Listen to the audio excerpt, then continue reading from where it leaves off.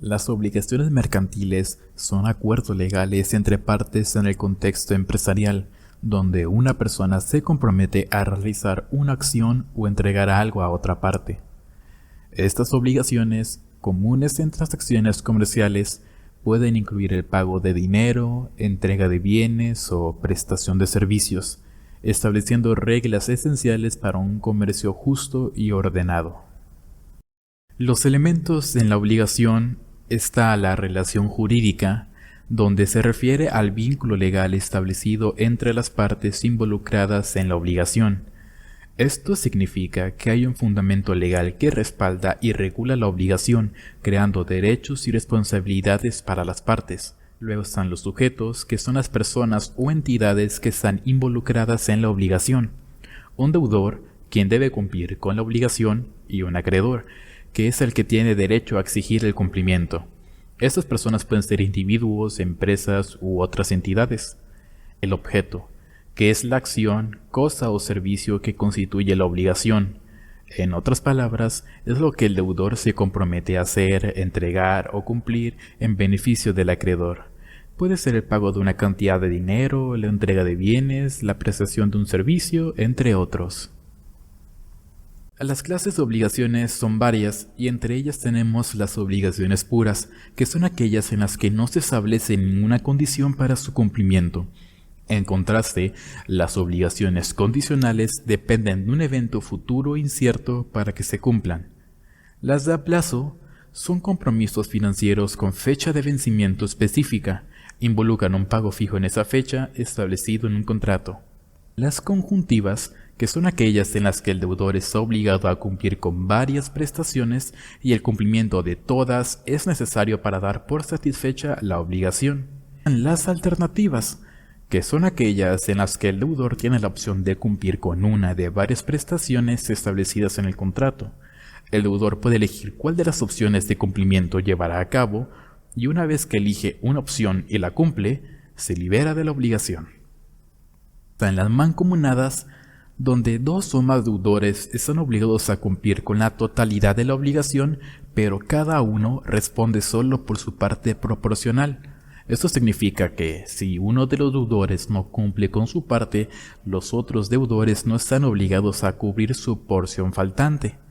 Y luego están las solidarias, donde dos o más deudores están obligados a cumplir con la totalidad de la obligación de manera conjunta y solidaria.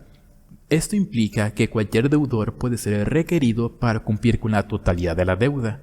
Si uno de los deudores no cumple, los demás pueden ser requeridos para cubrir su parte, y el acreedor puede exigir el pago a cualquiera de los deudores.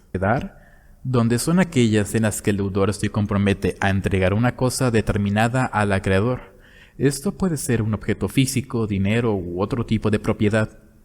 Las de hacer es donde el deudor se compromete a realizar una acción o prestar un servicio específico al acreedor. Esto puede incluir actividades como realizar una reparación, proporcionar un servicio o llevar a cabo cierta tarea.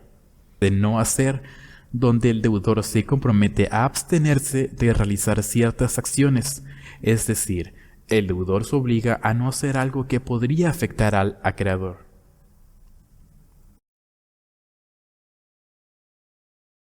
Acto jurídico mediante el cual un acreedor, denominado cedente, transfiere a otra persona, llamado cesionario, los derechos, créditos y obligaciones que tiene contra su deudor o socio a través de un contrato. Concepto jurídico que permite a una parte asumir los derechos de otra. Se trata de la figura legal por medio de la cual una persona o cosa está en la capacidad de reemplazar a otra en el cumplimiento de sus obligaciones y derechos dentro de una relación jurídica. Método utilizado para el pago de deudas que consiste en la entrega de algún bien con el propósito de cumplir un pago pendiente. Ocurre cuando el deudor y el acreedor llegan a un acuerdo para compensar el importe restante en la deuda con el bien en cuestión. Figura jurídica que consiste en realizar una transferencia de la obligación cambiando al deudor sin realizar cambios en la relación jurídica establecida desde un principio.